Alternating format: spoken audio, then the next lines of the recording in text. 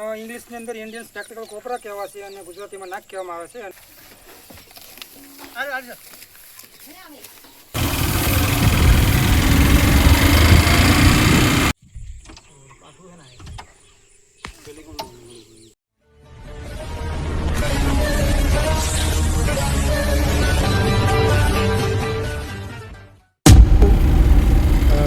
આજે ખારા ગામની અંદર ઉકાભાઈ જે છે એમના ઘરે એક સાપ આવ્યો છે.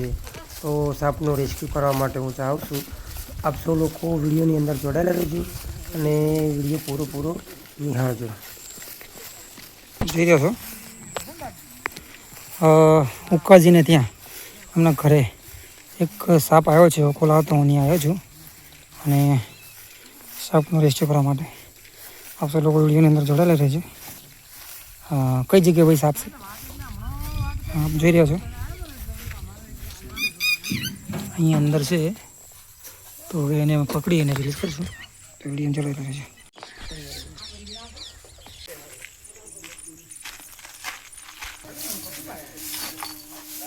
અહીંયા ખાલી પાડતા રહેજો.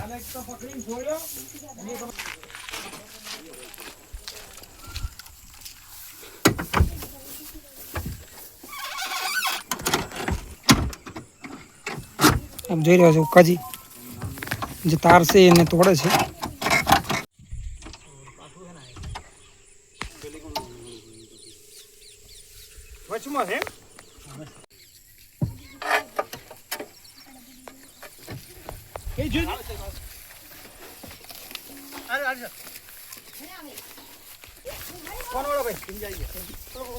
આ જે સાપ છે અને ગુજરાતની અંદર નાગ કહેવામાં આવે છે અને સાયન્ટિફિક ભાષામાં નાઝા તરીકે ઓળખાય છે અને ઇંગ્લિશમાં એને ઇન્ડિયન સ્પેક્ટિકલ કોબરા કહેવામાં આવતો હોય છે.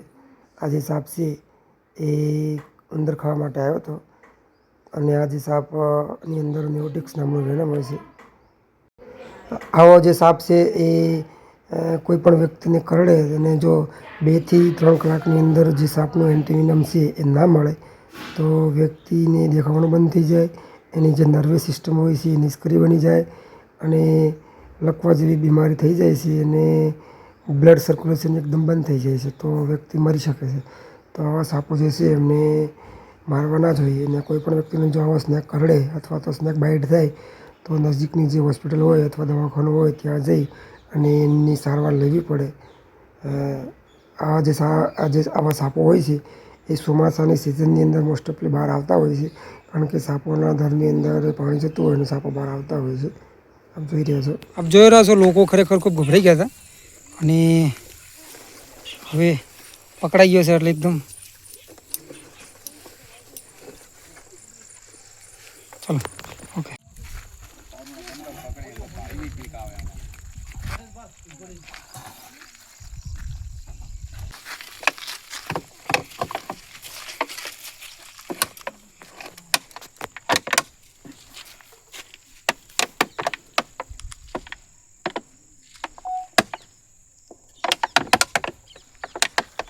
ઘરે જો